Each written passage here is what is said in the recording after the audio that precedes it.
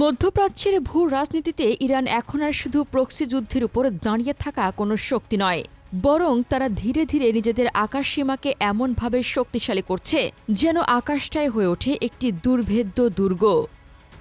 2024 ও 2025 সালের উত্তপ্ত পরিস্থিতিতে বারবার প্রমাণ হয়েছে তেহরান যুদ্ধের সম্ভাব্য প্রথম আঘাতটা আকাশপথে আসবে ধরে নিয়েই প্রস্তুতি নিচ্ছে। একসময় রাশিয়ার S-300 সিস্টেমের উপর ইরানের বড় ধরনের নির্ভরতা ছিল, কিন্তু এখন তারা সেই সীমাবদ্ধতা কাটিয়ে নিজেদের প্রযুক্তি, রাডার নেটওয়ার্ক এবং লেয়ার্ড এয়ার ডিফেন্স স্ট্রাকচার তৈরি করছে। এই পরিবর্তনটা শুধু অস্ত্র কেনা বা বসানোর মধ্যে সীমাবদ্ধ নয়, এটা আসলে ইরানের একটি বড় কৌশলগত বার্তা। আমাদের আকাশসীমা ভাঙা সহজ নয়, আর হামলার মূল্য হবে ভয়াবহ।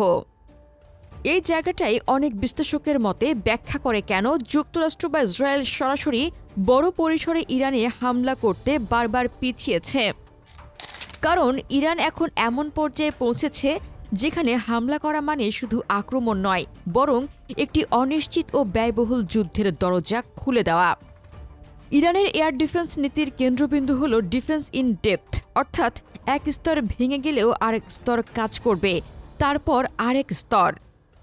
এই মাল্টিলেয়ার কৌশল তৈরি করা হয়েছে বিশেষ করে ইসরায়েল এবং মার্কিন যুক্তরাষ্ট্রের মতো শক্তিশালী বিমান বাহিনীর বিরুদ্ধে প্রতিরোধ তৈরি করতে। আধুনিক যুদ্ধে এখন আর কেবল একটি ক্ষেপণাস্ত্র ছুড়ে আরেকটি জেট পাঠিয়ে শেষ হয়ে যায় না, বরং একটি radar jamming, electronic warfare, satellite নজরদারি, স্টিলথ প্ল্যাটফর্ম, ড্রোন সোয়ার্ম এবং একাধিক স্তরের মিসাইল অ্যাটাক সবকিছুর সমন্বিত আঘাত।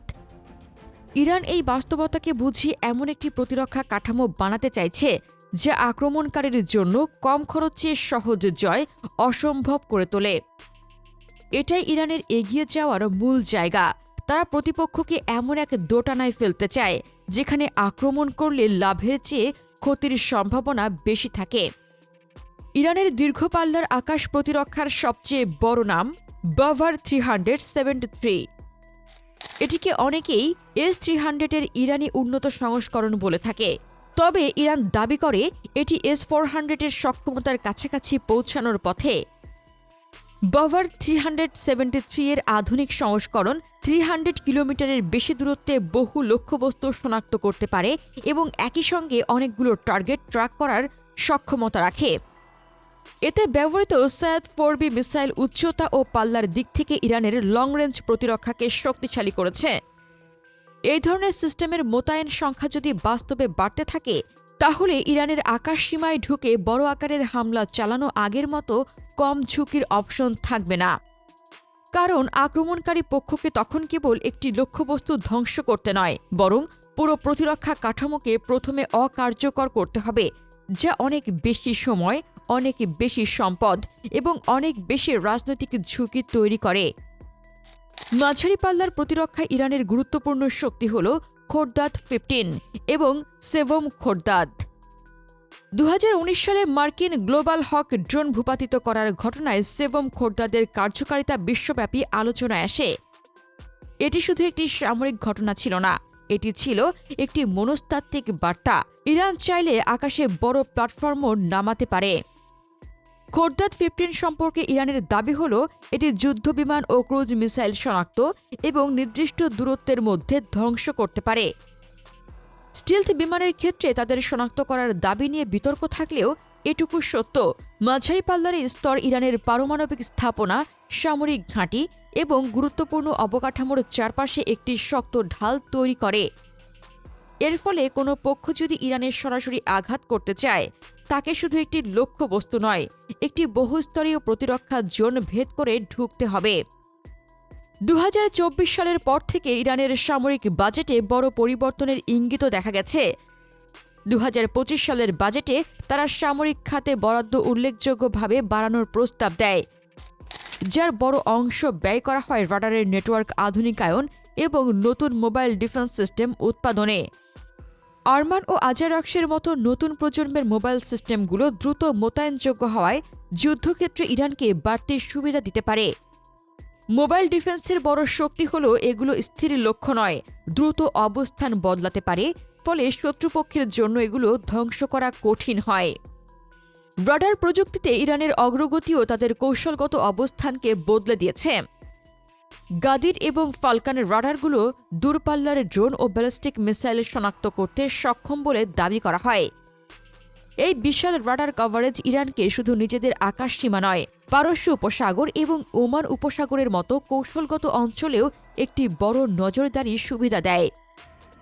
এর ফলে ইরান একটি A2/AD অর্থাৎ anti access by area denial ছাতা তৈরি করতে পারে, যা শত্রুপক্ষের জন্য ওই অঞ্চলে বিমান বা নৌবাহিনীর মুভমেন্টকে ঝুঁকিপূর্ণ করে তোলে।